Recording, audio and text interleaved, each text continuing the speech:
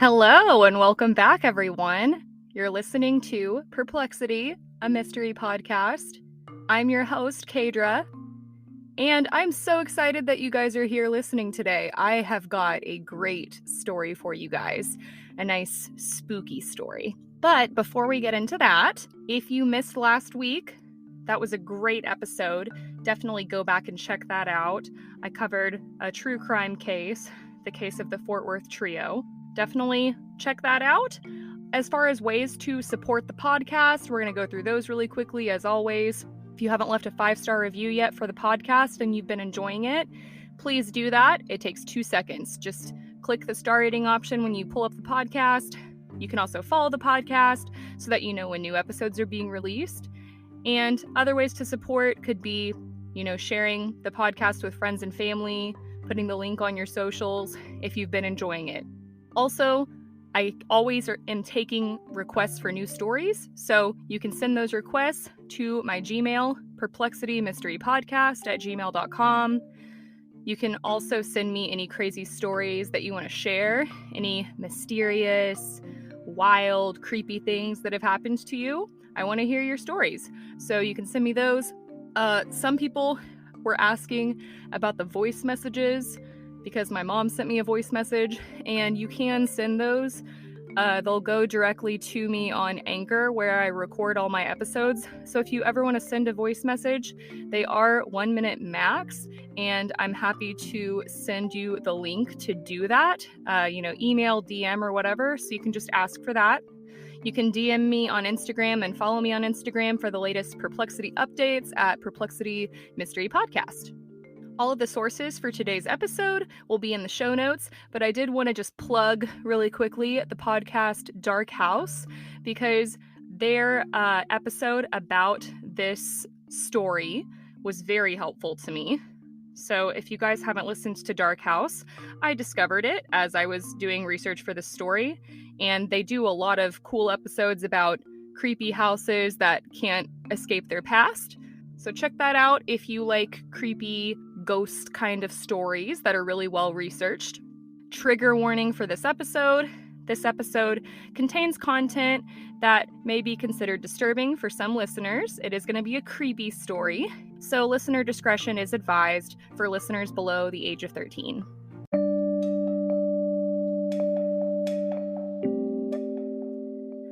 All right, so without further ado, I think we're ready to dive in. So let's dive in, shall we? Today we're going to be talking about what has become known as the Kasha House of Kaimuki. And this house is known to be very haunted. Actually, the most haunted place in Hawaii. And this house is in a small neighborhood, Kaimuki, which is in Honolulu. This house has been shrouded in mystery for decades. So before we start to talk all about the house and the crazy, creepy things that have happened there, I first thought we should talk about some history about this area, because it definitely ties to what we're going to be talking about. So, of course, we know that Hawaii is a very beautiful state.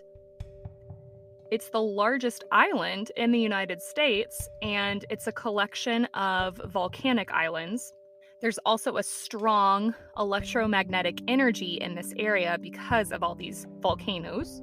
So as far back to 400 to 1000 AD, Polynesians traveled about 2,000 miles to Hawaii by canoe, and during this time, Hawaiian mythology developed. The people during this time lived in communities that were mostly protecting territories, and they were mostly skilled fishermen, led by chieftains. Going way later, into the late 1700s, there was a man named Kamehameha. This man was born into a very prominent, well-distinguished family. He was the guardian of the Hawaiian god of war, and he had control over a lot of important territories and a lot of support from chieftains in the area.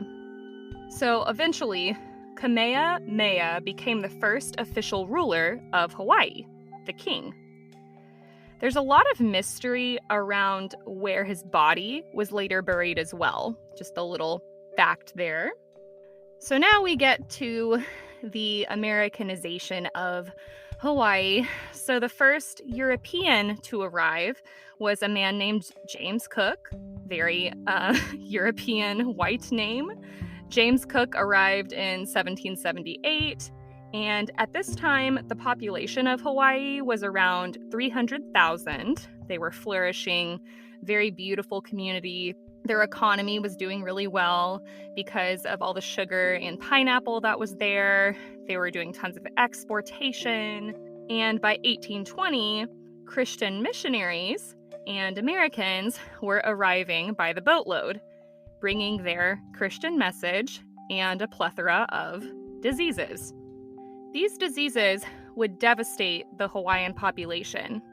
By the mid-1800s, there were only about 70,000 people in Hawaii. And remember, there were 300,000 before. During the 1800s, Hawaii was still recognized as an independent country, and they had consulates all over the world. It was important during certain wars, declaring neutrality during the Civil War, for example. And their economy was also doing really well, like I said. So this is what attracted a lot of Anglo-American sugar plantation owners. So over time, these Anglo-Americans started to advocate to get fair representation in the kingdom's politics. As time went on, America started to influence Hawaiian politics and their government. So at some point, the Hawaiian government agreed to cede a small inlet near Pearl Harbor. And the US military wanted it, but also natives were pretty opposed to this. So by the late 1800s, Americans controlled Hawaii's economy almost completely. And the man that monopolized Hawaii's economy, specifically the sugar industry, was from San Francisco. His son would later inherit this industry. And fun fact, that son's wife, a woman named Alma, was the reason the term sugar daddy was invented. So he spoiled her often, and it literally resulted in the term sugar daddy. So I thought that was pretty great. Anyway, with this monopolizing, though, the need for laborers in Hawaii was increasing, and a lot of these laborers would come from Asia. By the late 1890s, after many generations of royalty and figureheads reigned in Hawaii, the last queen, Luluo Kalani, was forced to hand over the throne to the US. She was also held captive after they overthrew the kingdom. So moving into the late 1800s, in 1898, the US president decided to support the American elite. He was eventually convinced to do this. He was against it at first, but ultimately he decided to support the American elitists because they were trying to advocate for the US annexation of Hawaii as a territory. One of the main reasons for this ultimately was because the US really wanted a military base in the Pacific. So Hawaii was an easy way to do that. Okay, so like I said, a lot of Asian laborers came into Hawaii. This resulted in there being a high Asian population in Hawaii. So that's going to play into some of the folklore and legends later. So now moving in to a small neighborhood in Honolulu known as Kaimuki. Kaimuki was built on top of lava. So the name Kaimuki actually means tea oven. And this is a reference to a legend that is in this area about the mini huni. And this is a common folklore story about small people who lived on the islands and cooked a lot of tea roots. Kaimuki, unlike the rest of Hawaii, is actually a very dry and dusty area, and they also have a higher elevation. Shipwrecks are also really common in this area, and Kaimuki is filled with a lot of older homes that would be seen as charming. They're pretty modest bungalows, not giant mansions, not small huts. Most of the houses were built before the 1940s also. Some even dated back to the 1910s. But as they were building in Kaimuki in the 1920s, the stock market crashed, and this impacted a lot of these houses and resulted in them going into foreclosure. So because of this, and there being really limited records that were kept about houses and such during this time period, it's difficult to know the exact address or location of where the Kasha House of Kaimuki was, but a lot of people have an idea.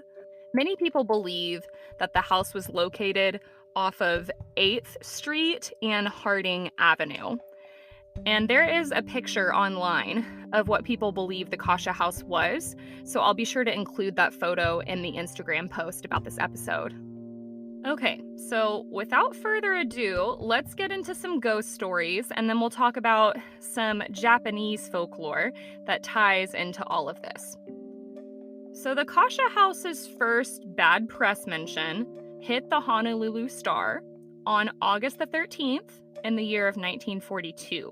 And this wasn't long after the attack on Pearl Harbor, which happened on December 7th, 1941.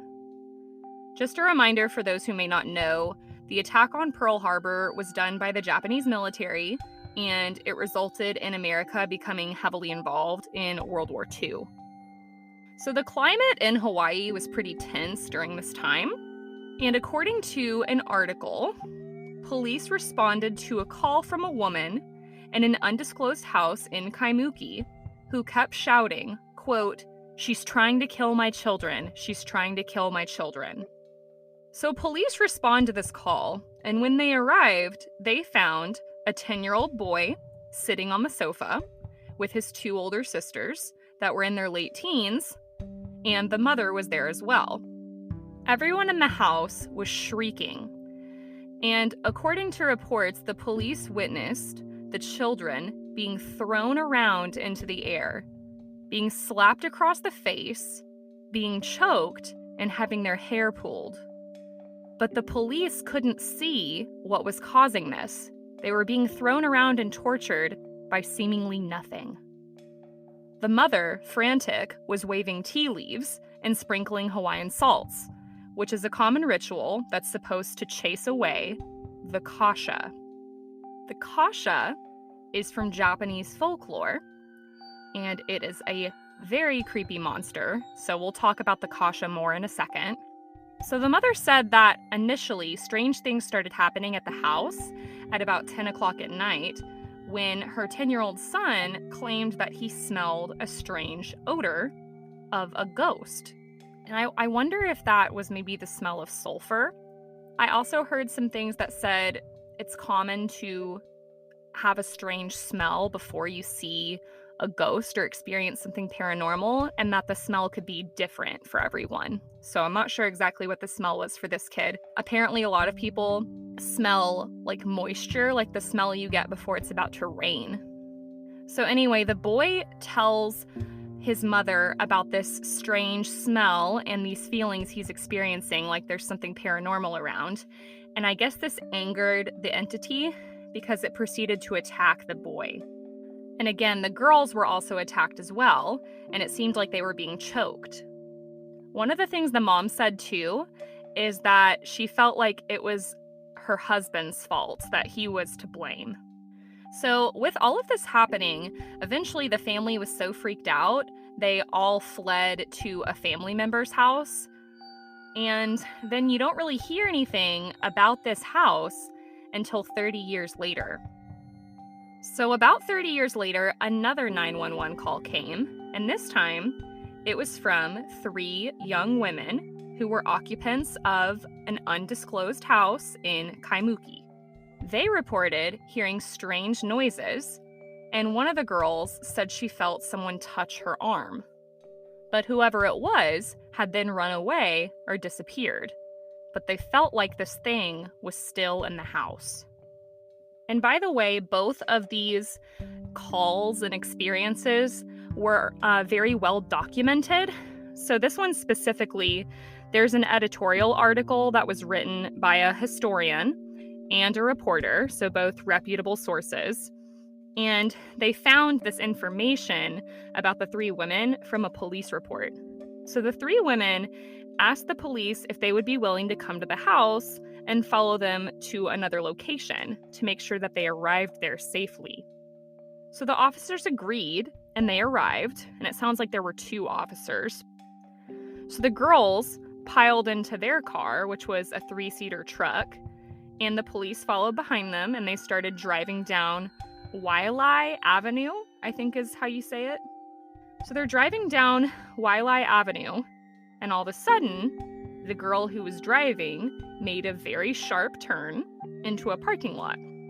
So the police get closer, and they can see into the truck. They're trying to figure out why they pulled over.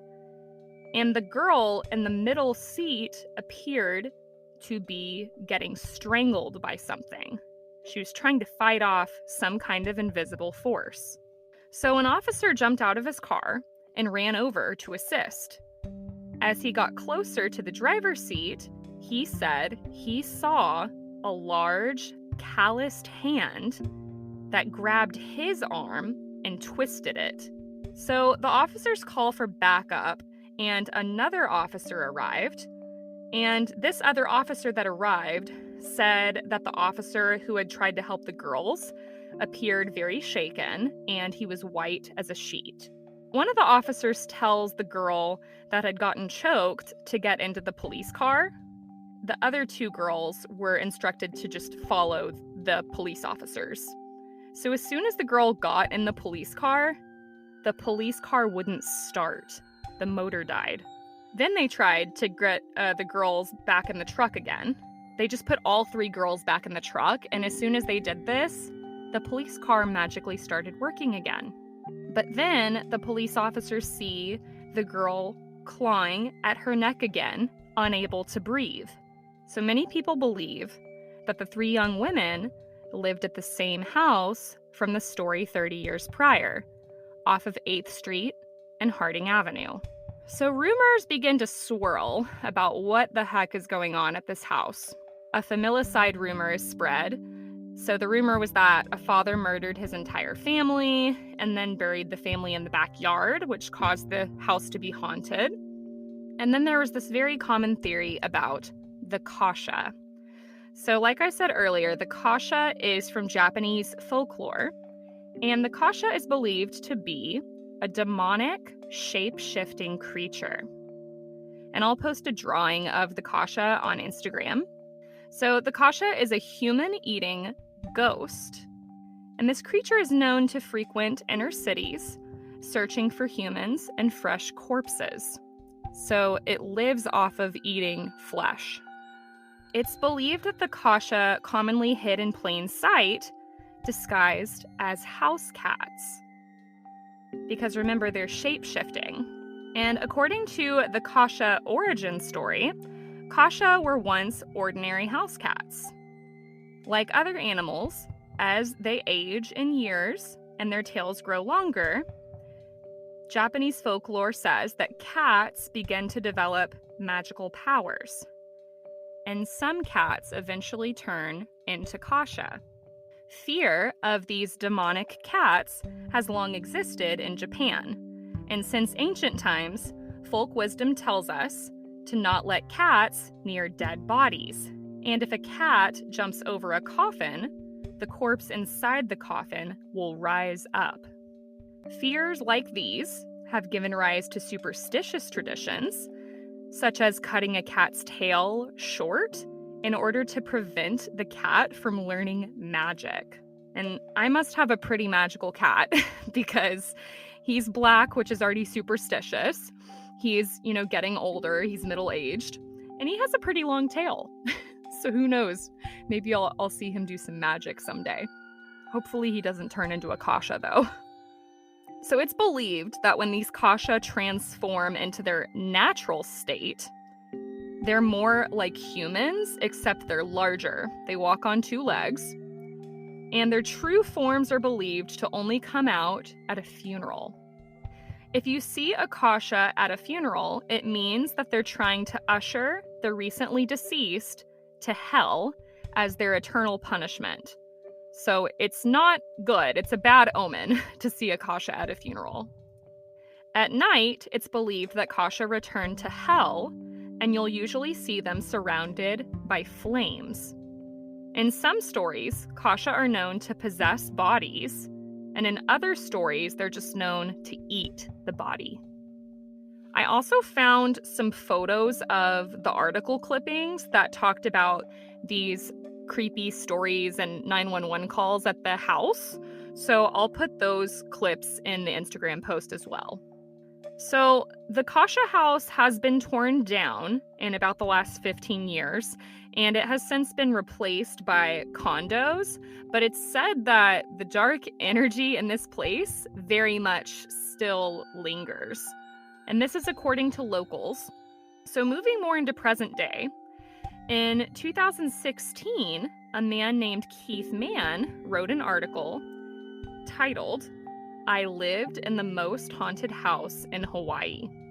So Keith lived in a new apartment complex that had replaced the original house on 8th and Harding, but he did not have a great experience. And he very much believes that this place was haunted. And he didn't believe in the paranormal when he moved in, but he would later change his mind. So in the podcast, Dark House, they actually were able to interview Keith Mann, so that's really cool. I would definitely recommend checking out their episode because they interview him, and then they also interview this other guy that we're going to talk about in a minute. So Keith said that he moved into the apartment with some roommates, and numerous locals warned him about how haunted it was, but he didn't listen. And he said, quote, "According to several people I talked to, nobody had stayed in the house for more than 3 months. There were stories of families fleeing in terror." So again, not being a believer in the paranormal, and because he was offered a really good deal on the apartment, he ignored the warnings and he and his roommates moved in. So in the article, Keith says, quote, "I always remember the feeling of something ominous around when I was home alone or up late by myself. After the main place was destroyed, it's turned into more of a light haunting. But make no mistake, there is something still there. Whether it's Kasha or the ghosts of the souls murdered on that land or what, it's real. And I advise anybody curious not to go looking for trouble. What happened at the Kaimuki house turned me into a superstitious person. It didn't look like horror movies or ghosts like you're probably imagining. It's an unseen energy that you can't see but definitely can feel. The best way I can describe it is that feeling when you know something bad is about to happen. A fight, a car accident, or something really terrible, where your nervous system shoots adrenaline into your veins and your brain goes into fight or flight. You may not be able to see what's about to happen, but your subconscious has picked up on the signs and knows it's time to get out of there." End quote. So this was really interesting to me because he really describes it being, an unseen force that you can't see, but you can definitely feel. And that sounds exactly like those 911 calls from the other families. So Keith also recalled that he would wake up very often in the middle of the night at the apartment, and it would always be 4:33 a.m., and he would feel icy cold and anxious. And the AC unit in the apartment could not be lowered more than 65 degrees, even if he tried. Like, there was no way to get it lower than that. But he would wake up and he could see his breath, and he would be shivering. And he would check the AC unit, and it would always say it was around 50 degrees. So how could this happen? So then, another thing that would always happen is all the smoke alarms in the apartment would go off at once. They would beep in unison. And then he also specified in the article that the smoke alarms were not connected to a central hub. They were all in separate rooms and battery powered, yet they would all beep together. I found the smoke alarm thing interesting because in the Kasha legend, they are known to have a ring of fire around them. So it's like, could the Kasha spirit be triggering the smoke alarms? I don't know. Keith would always have this extremely cold and tight sensation in his chest as well. He said it felt like there was ice in his body and in his veins.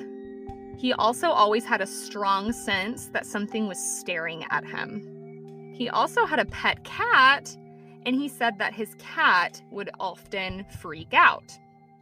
So because of all these stories and legends, historians have studied the Kasha house, and there was a book written in the 1990s by a professor of American Studies named Glenn Grant. Glenn relocated to Honolulu later in his life, and he became an expert on Hawaiian folklore. So he wrote this book called the Obake Files, Obake, and one of the stories in the book is about the Kasha house of Kaimuki. Glenn had an apprentice, a guy named Lopaka Kapanui, and Lopaka Kapanui specializes in local legends and ghost tours. This guy was also interviewed in the Dark House podcast, so I'll include his photo in the Instagram post. Lopaka has an interesting origin story, to say the least. So in the interview, he talked about how he was adopted when he was only 3 months old, and when he was about 7 or 8 years old, he started having kidney problems and had to go to the hospital. So he ended up having surgery, and he actually died on the table for several minutes. And when he woke up from the surgery, he started to have paranormal experiences where he could hear and see things that he couldn't see before. So in this interview, Lopaka Kapanui started to talk about a lot of Hawaiian local legends from the 1940s, but, slightly different. In the 80s, when Glenn Grant had a radio show, he recalled that people would call in and share ghost stories, and many of the stories would be about the Kasha house of Kaimuki. Lopaka also said that Glenn at one point took him to the actual house, but he did acknowledge that the articles never printed the actual address. He also talked about a story that Glenn told him, and Glenn claimed he had heard a story about a Samoan military man who moved into the house with his mother. His mother was a very traditional Samoan woman, and she was not happy that this man had come back with a white woman that he wanted to marry. So the mother died, and in Samoan tradition, you're supposed to bury your loved ones in the backyard so that they're always with you. So the story goes that he followed this tradition, burying her in their backyard. And one night, when he was on duty, his wife was at home, and she began to scream horrifically because an unseen force was throwing her children around. She could see something pulling their hair and slapping them across the face. Their belief at this time was that this was the Samoan mother's poltergeist, a culmination of her anger. And there's actually documentation with the Honolulu Police Department to support this story. The Honolulu police also supposedly have a logbook where the officers have jotted down any otherworldly experiences that they've had. So I thought that was pretty interesting. Lopaka also talked about how in Kaimuki, there's tons of stray cats that seem out of place. Like it doesn't really make sense why there's so many there. Thought that was interesting because, it's hinting to that legend of the Kasha. There's another place in Hawaii, the Hawaii Memorial Cemetery, that, according to Lopaka, has had some pretty interesting experiences with quote-unquote cats. So in this interview, he told the story of a man who was at a funeral there, and the man saw a calico cat, but it just seemed out of place. There was something strange about this cat. And cats were not common in this area. The cat walked around the hearse, and the man saw a couple of sparks behind the cat's tail. The cat disappeared behind the hearse, and the man continued to watch and watch, but the cat disappeared.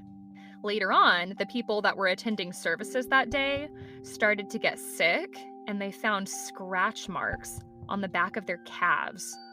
Lopaka also said there's always some type of smell before a Kasha comes. So this would be, tied to the little boy's story who said that he smelled a strange smell before that entity came. Lopaka also said that he has smelled a Kasha before when he was at a funeral.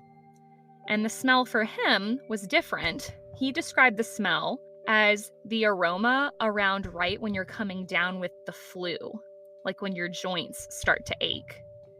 And he said the smell was so overwhelming, he almost had to leave the funeral. And Lopaka tells a lot of really interesting stories in his interview, so definitely go listen to it on Dark House. I'm just not going to tell all of the stories because not all of them, tie to the Kasha House legend. But he told this other story about a man who lived in Honolulu during the plantation era, and he was building his own house and ran out of lumber. He cools off, he takes a break and goes hiking in the mountains, and while he's hiking, he came across an old temple. He didn't realize this was an old temple of human sacrifice. He took all of these wooden images from the temple and he used those as lumber to build his house. So it's believed that this is the Kasha House of Kaimuki.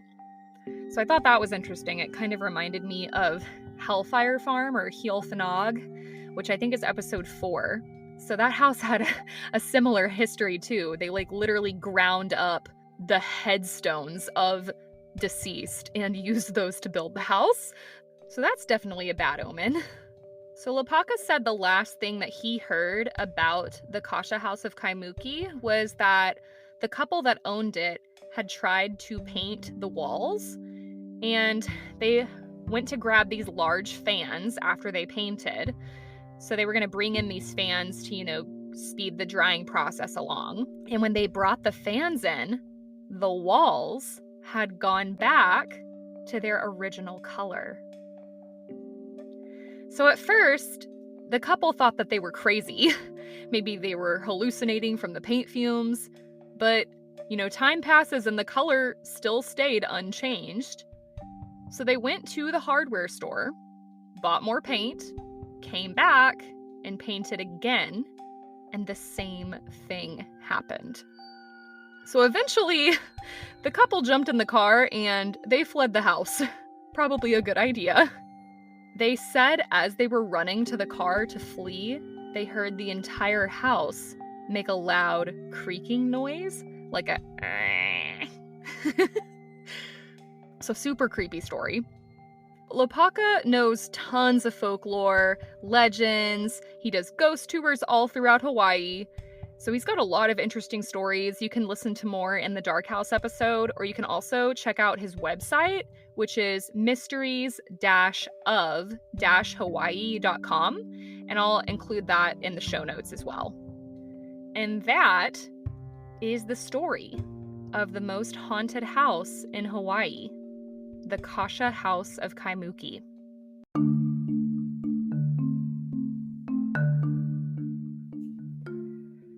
Such a cool story. I love this story because it's one of those things where it's like, even if you're a skeptic, there's so much history and folklore tied to the house, and the stories are so similar and well documented that at the very least, a skeptic, I feel like, would have a really hard time explaining what's happening in this area. And the fact that there's still creepy, haunting things going around in this neighborhood, and the locals and residents still say that they're scared to go there, should tell you something. So whatever this thing is, it's clearly attached to the land. People don't even jog unless they're in pairs. So that's a common thing in this area, is you're instructed to jog in pairs of 2 to 4 people and to not jog at night, especially in this area, because it's so haunted. There's also tons of really interesting stories about other ghosts and entities of Hawaii. So who knows, maybe I'll do a story about that. Lopaka talked about the shark god, and then this other woman who was murdered in the shark god's cave, and her ghost and how it haunts the area. So like I said, if you want to hear more stories like that, definitely go listen to that Dark House episode and check out his website. I hope you guys enjoyed this episode. I really liked telling it. I love the creepy, haunting stories for sure. Just remember, if you're enjoying the podcast, there are always ways you can support it. Leave a 5-star review, tell your friends and family about it. Share the link for the podcast on your socials.